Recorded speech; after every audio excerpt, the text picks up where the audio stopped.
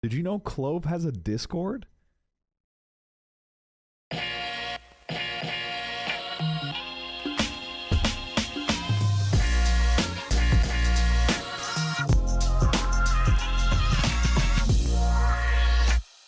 Hello and welcome back to another video. Super excited to jump into today's video. If you are new here, my name is Young Buffett. I will be your host through all of this craziness. I started a challenge, Wall Street Stonks versus Wall Street Bets. That's where I find, pick and choose stocks that are being the most talked about on Reddit, stocks that have the most potential for a gamma squeeze or a short squeeze or a momentum play. And the first stock that we picked was CLOV, and we are currently sitting down 18.35%. which is great because not too long ago, I was down almost 30%. So I'm picking and choosing these stocks, scaling into them, and in the process, educating through these YouTube videos and documenting my journey, what it would be like for somebody who has over 15 years of experience investing in the stock market, what it would be like to navigate the space of meme stocks, momentum stocks, social hype stocks, and so on. So let's just jump right into it. Actually, before I jump into it, I need you to jump into the subscribe button and make sure that you're subscribed. There's also a bell next to that subscribe button. If you click that bell, you will get notified every single time that I post a video. It rings a little bell. So it's super exciting. I'm trying to build a community here of people who are invested in the stock market, want to learn more about the stock market. So it means a lot to me if you guys subscribe. Also hit that like button so Google knows to share this video with everyone else, raise awareness for all of these momentum plays, and hopefully make some money along the way. All right, let's jump into it now. So our favorite lagging indicator here, apewisdom.io. So this subreddit tracks Wall Street Bets, Wall Street Bets New, Wall Street Bets Elite, stocks, investing, SPACs, options, and day trading subreddits. The most talked about trending stocks on Reddit in the past 24 hours have been SPY. It is going down in velocity here. The most talked about stock being SPY is most likely because SPY has just been killing it. Number two, AMC. They did have a very interesting 20% day yesterday. So that probably equates for the 50% increase in mentions. Then again, AMC and GameStop are always usually number one or number two or number three on the most talked about stocks. Interestingly enough, CLOV is now number three with an increase of 115% in the past 24 hours. That's great. That means a lot of people are talking about it. A lot of people are interested on it, and there's a lot of eyes on it. And that is mostly because anytime this thing has a green day, everybody gets excited. Number four being GameStop. It is losing footing here, but it is still up 23% in mentions, then SoFi, then Tesla, Moderna, AMD, and so on. So my biggest focus are these top three, top four talked about stocks. I get nervous whenever CLOV dips down to like 5 or 6, which it does, but it always seems to find its way back up anytime the stock goes up, and not the other way around, I've noticed. So Swaggy stocks over here tracks Wall Street Bets ticker sentiments. A couple days ago, CLOV wasn't even on the list anymore, or it was like all the way down here. Anytime the stock gets any kind of momentum, it gets talked about. And then I guess that also helps drive the price up too. People are getting excited about it, and it kind of fuels this FOMO machine, and people start pouring back into it if they weren't already in it. Yeah, so number one most talked about right now is SoFi. And then CLOV with 123 positive sentiments and 39 negative sentiments, 10% comment volume. But this is what I'm mostly interested in, this chart over here. If we find CLOV, there we go. So CLOV, the most interesting thing that I've noticed here is anytime comment volume goes up, it is mostly because the stock goes up. So I just said that like 3 times, but that is the biggest takeaway that I'm getting out of this. So it's interesting to see how this all plays out. It looks like the positive sentiment and comment volume in general is increasing, and the stock price is also increasing. Jumping over to the dark pool data that we get from stockgrid.io. We type in CLOV here. We get some dark pool data. Net short volume is negative 4.2 million. Net short volume in dollars is negative 35.7 million. So it's interesting to keep dark pool data handy and take a look at the rolling 20-day position, the price versus short volume, and just keep track of how everything is moving around in the dark pools that the retail markets don't have access to. So diving in a little bit deeper, we use Ortex. I bought Ortex, so you don't have to. A lot of cool data here, a lot of cool information. Let me know if you guys want me to dive in deeper on any of this stuff. There are a lot of great tools here at our disposal. So let me know if you want me to dive in a little bit deeper and talk about anything else. I'm totally open to doing that. I'm very open to any feedback on these YouTube videos. Just a quick recap on the analysts. I always love to see what these guys think and then compare to where it actually goes. But two people say sell, one analyst says hold, nobody says buy. The price target is 933, currently a 11.78% return if you buy now. Jumping into the short data, this is what I find the most interesting. The short interest change today so far at the time of this recording is negative 0.58%. So nothing much is really changing here. We're currently sitting at a 21.58% short interest in total.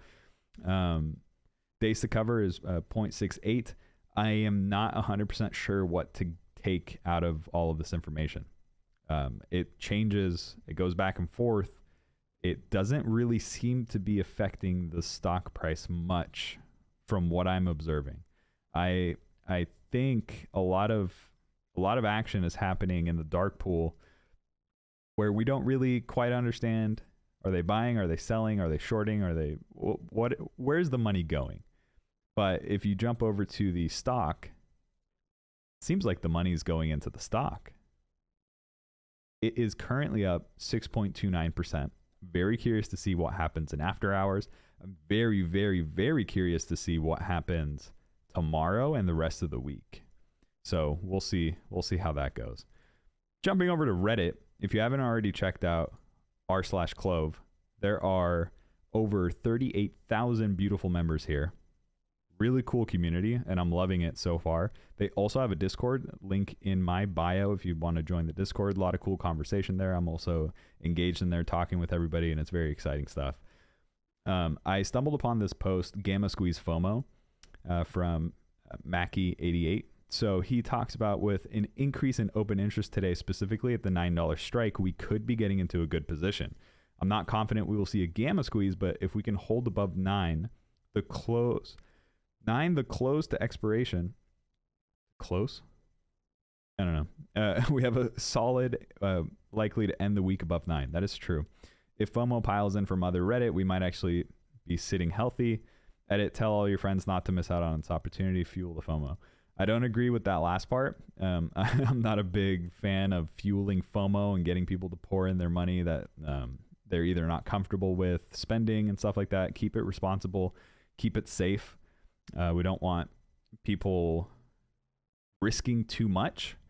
I'm a big advocate of play around with what you're willing to lose. I was willing to lose every single cent that I put into CLOV. I believe in the stock. I love the stock. I love the community. I love what's going on here. But again, be careful. There are a lot of people who aren't as educated in the stock market and stuff. So just overall, just be careful. I do like what he's saying about the options activity, which is part of the reason why the stock is killing it today. There has been a huge increase in volume today alone at the $9 strike, increasing the price by about 12 cents on this contract. So a lot of options activity means there are a lot of bets being placed that the stock will go up.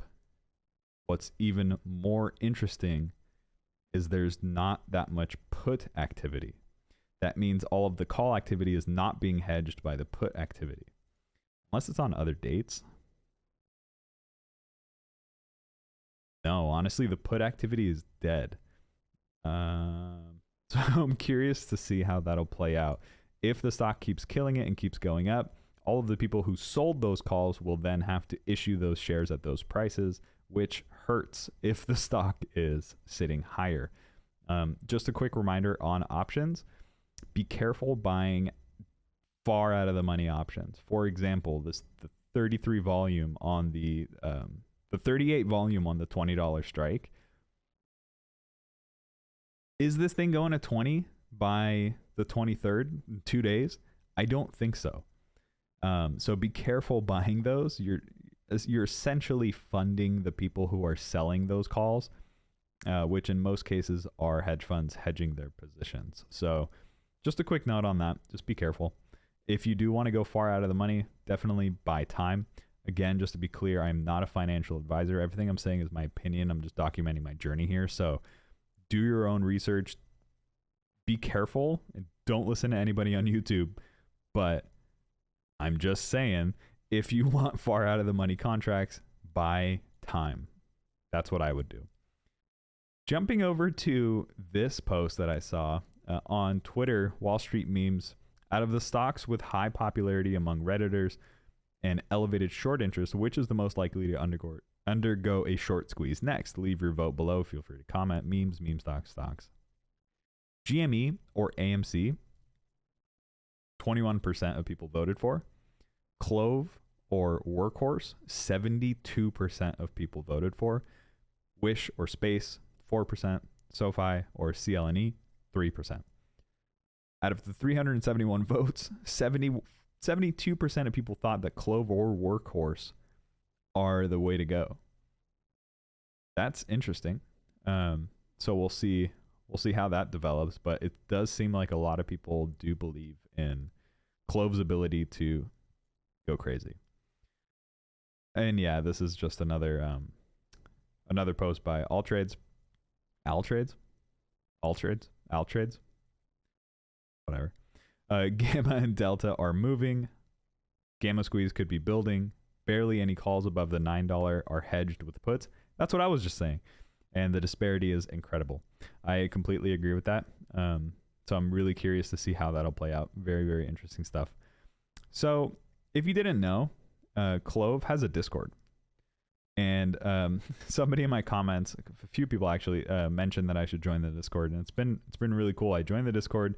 A lot of people talking, it's very active, and a lot of great conversation.